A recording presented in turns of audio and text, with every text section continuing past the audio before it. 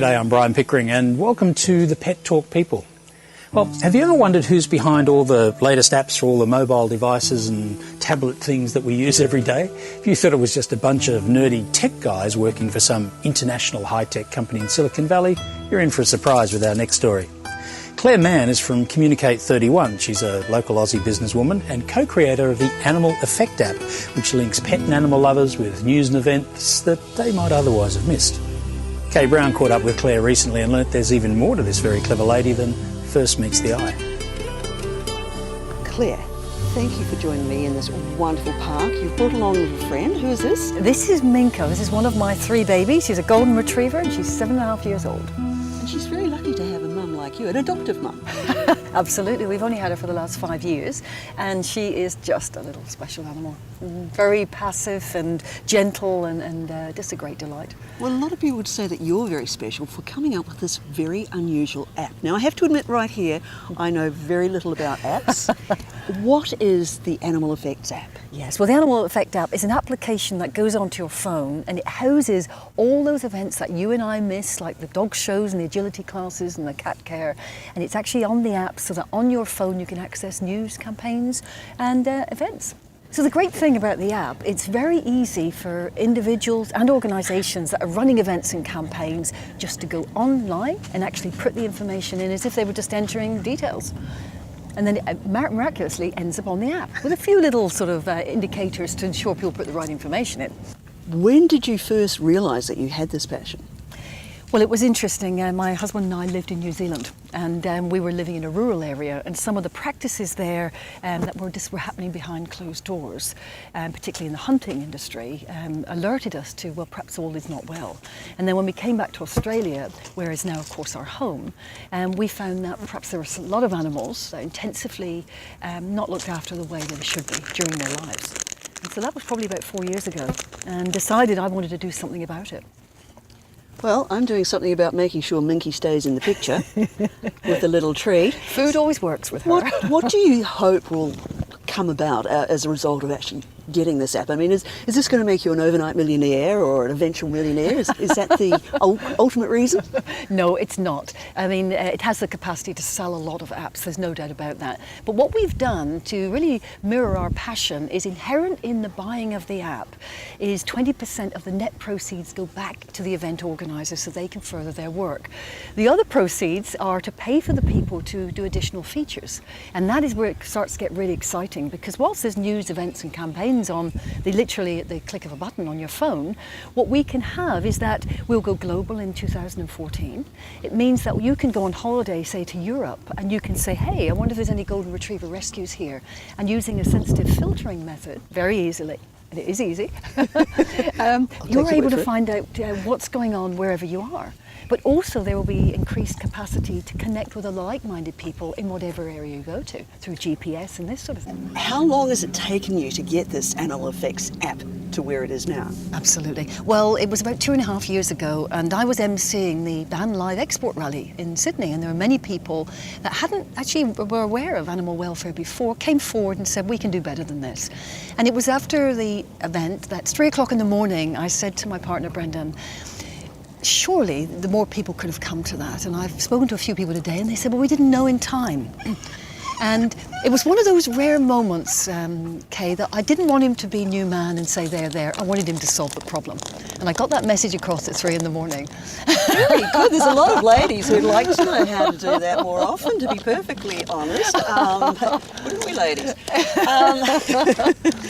Okay, and he did come up with a way to solve the problem, but it has meant a lot of time and effort and tears. Yes. Did you ever think about giving up? Not at all. I think it's like anything. If you've got a big enough why, you'll take any how. We had to commission a chief programmer for 18 months to work consistently with us. We're now in partnership with Software Synergy, and together we've created something that the biggest issue is scaling things back, because there are so many opportunities to really serve people in a way that brings these communities together for fundraising, for brand awareness, for all sorts of promotion promotions, but doing one thing at a time, because it's the person who's using it in their hand who wants to know about events that the ones we're serving at the moment. This isn't a solo act, though, that you're involved in. Yes, well, few great accomplishments are achieved single-handedly.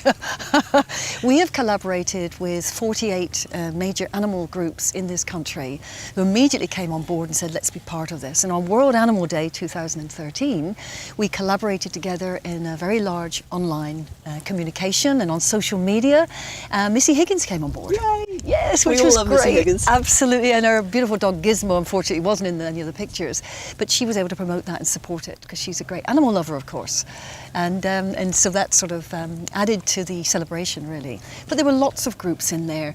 The thing is, if people are interested in animals and the welfare, and I would say it's over 95% of people in this country, all different groups can come together. So we had doggy rescue and pet rescue and research, all these groups that actually say, hey, this is wonderful, I can get my events in front of a growing group of people, which is great. Now, at the risk of playing devil's advocate, are there any groups or outlets, for example, pet stores, that might be banned from taking part of being on the app? I mean, what if Dr. Harry was at a pet store that sells puppies, for example? Yes, oh, well, this is a difficult one, isn't it? And Oscar's Law, of course, is part of the groups that are with us. We had to develop some criteria, and we go with the international 5 freedoms afforded to animals. So animals having a standard and quality of life that is more fitting with their natural setting. So animals in puppy farms, of course, or a circus where animals are forced to perform in ways that are through cruel methods, or perhaps a rodeo or something, they would not be allowed to go onto the app. And when people apply, we show them the conditions, and they have to be registered, and we have to approve them. I can see that is going to cause some interesting controversy at some stage. Does that bother you at all? I think a large enough number of people realise that this is for animal lovers, people that believe all animals should have a fair deal. And I guess there are lots of other outlets for other groups. But say, for instance, a pet store that was genuinely working with a rescue, they're actually bringing animals in there to reach a wider audience, of course we would support that. But not where they have animals in cages purely to breed them and not looking after them in the way they should. Okay. Now, what we haven't talked about, Clare, is your background, which is interesting to say the least. What's the potted version? Oh, the potted version, because as the years go on, of course, there's more years to fill. I'm an organisational psychologist, specialising specifically in communication. And so that sort of sits nicely with working with organisations and individuals and teams on how they get their message out to the world, which was perfect for working in this particular animal space, because often well-meaning and good people that put their hours and time to these things often can't get the message to the world, they can't get the funds they need, and I guess that's a tool and a technique that I can give them. An organisational psychologist. So what do you do when you're doing your psychological organising for a company? So psychological organising, absolutely. Well, it's like herding cats sometimes, I have to say. There's two things. Organisations call me in because they basically want to improve their productivity and be more profitable. But combined with that is I help people to create satisfying communities in which people can work. So it goes hand in hand. And often I have to humanise some organisations to actually realise that their human resources are their most important resource. I did happen to notice that there was a wonderful article in the newspaper, and they referred to you something like the Avars of the animal world. What does that mean? Well, Avars, of course, is a global online activism site which brings together millions of people who believe in social justice issues in this widest sense.